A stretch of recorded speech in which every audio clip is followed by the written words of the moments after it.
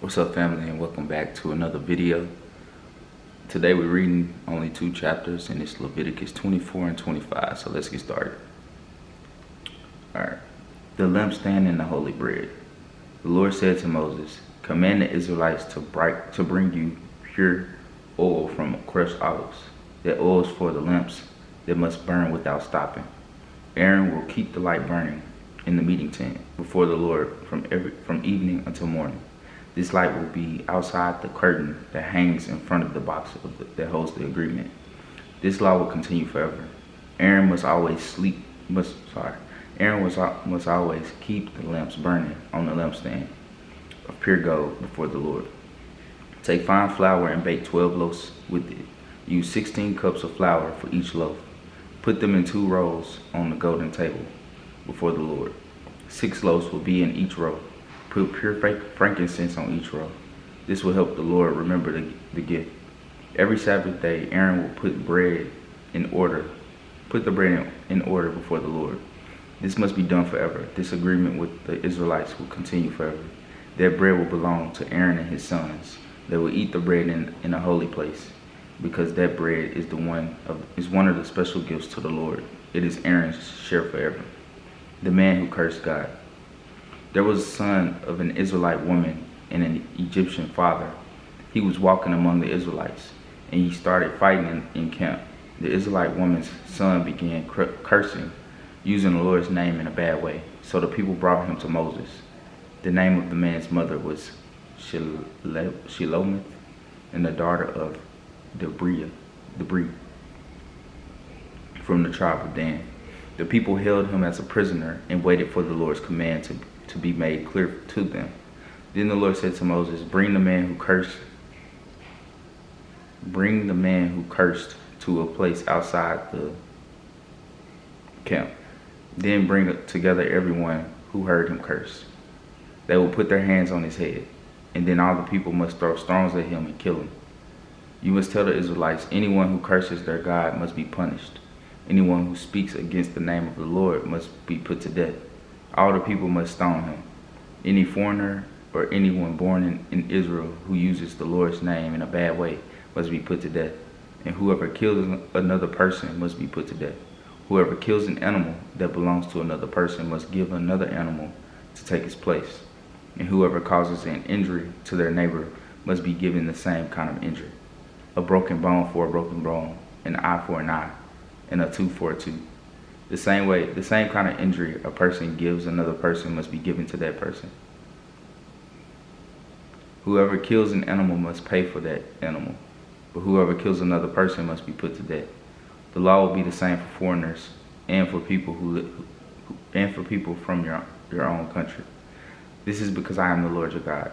Then Moses spoke to the Israelites, and they took the man who cursed to a place outside the camp. Then they killed him with stones. So the Israelites did just what the Lord had commanded Moses. Leviticus 25. A time of rest for the land. The Lord spoke to Moses at Mount Sinai. He said, tell the Israelites, when you enter the land that I am giving to you, you must let the land have a special time of rest. This will be a special time of rest to honor the Lord. You will plant seed in your field for 6 years. You will trim your vineyards for 6 years and bring in its fruits. But during the 7th year, you will let the land rest. This will be a special time of rest to honor the Lord. You must not plant seed in your field or trim your vineyards. You must not cut the crops that grow by themselves after you harvest. You must not gather the grapes from your vines that are not trimmed. The land will have a year of rest. But you will still have enough food. There will be enough food for your men and women servants. There will be enough food for your hired workers and for the foreigners living in your country. And there will be enough food for your cattle and other animals to eat. Jubilee, the year of release. You will also count 7 groups of years. This will be 49 years. During that time, there will be 7 years of rest for the land. On the Day of Atonement, you must blow a ram's horn. That will be on the 10th day of the 7th month. You must blow the ram's horn through the whole country. You will make the year a special year. You will announce freedom for everyone living in your country. This time will be called Jubilee. Each of you will go back to your own property, and each of you will go back to your own family. The 50th year will be a special celebration for you. Don't plant seeds, don't harvest the crops that grow by themselves, and don't gather grapes from the vines that are not trimmed. That year is Jubilee. It will be a holy time for you. You will eat the crops that come from the field. In the year of Jubilee, you will go back to your own property. Don't cheat your neighbors when you sell your land to them. Don't cheat one another when you buy or sell land. If you want to buy your neighbor's land, count the number of years since the last Jubilee and use that number to decide the right price. You are only buying the rights for harvesting crops until the next Jubilee. If there are many years before the next Jubilee, the price will be high.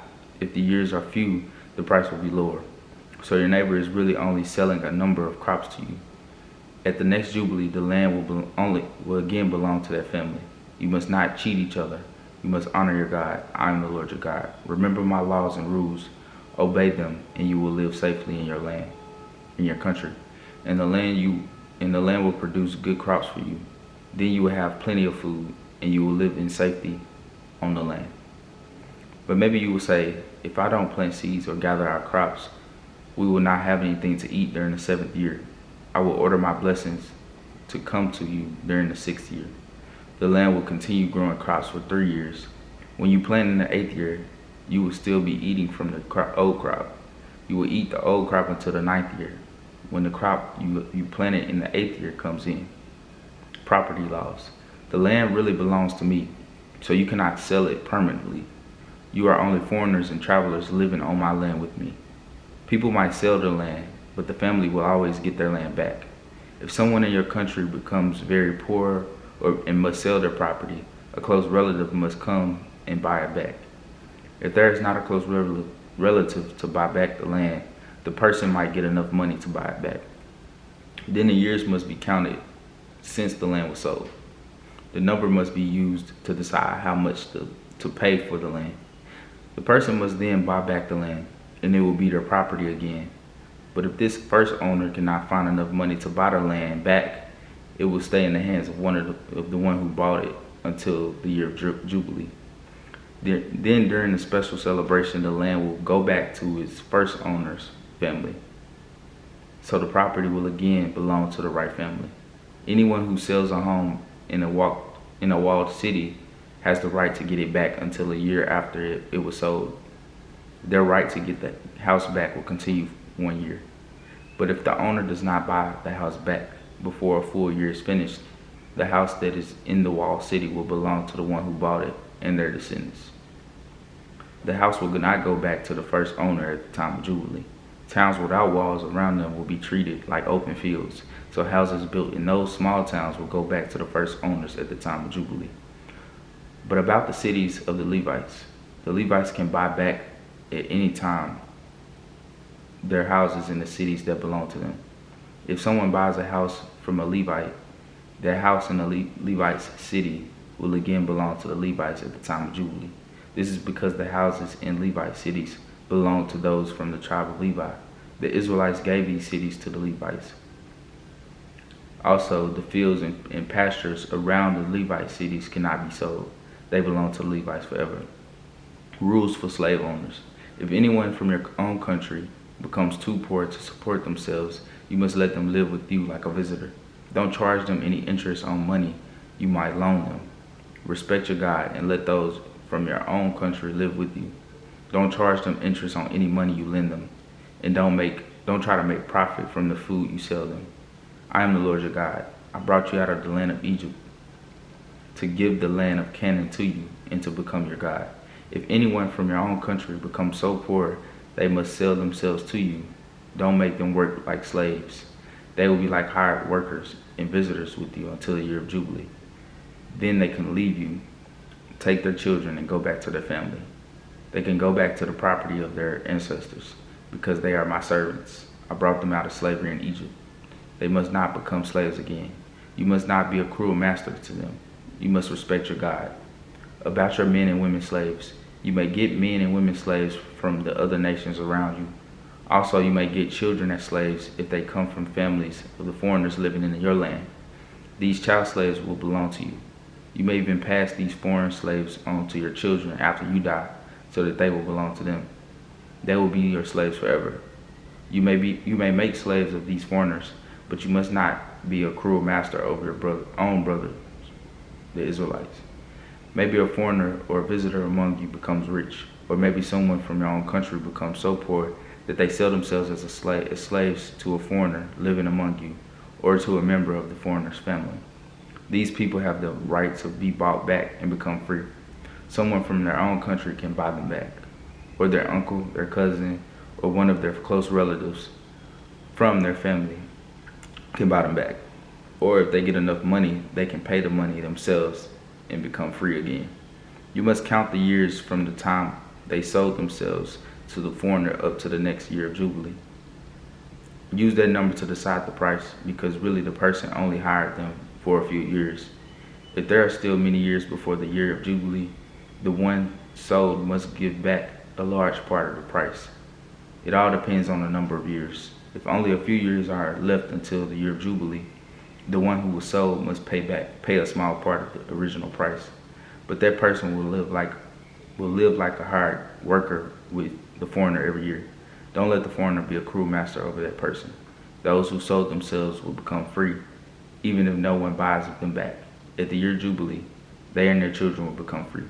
This is because the Israelites are my servants. They are the servants who are brought out of slavery into Egypt. I am the Lord your God. Alright, and that was Leviticus 24 and 25. That's all we're going to talk about for today's video. We are nearing the end of Leviticus. Yep, we got 2 more chapters into the end of Leviticus, and then we move into Numbers.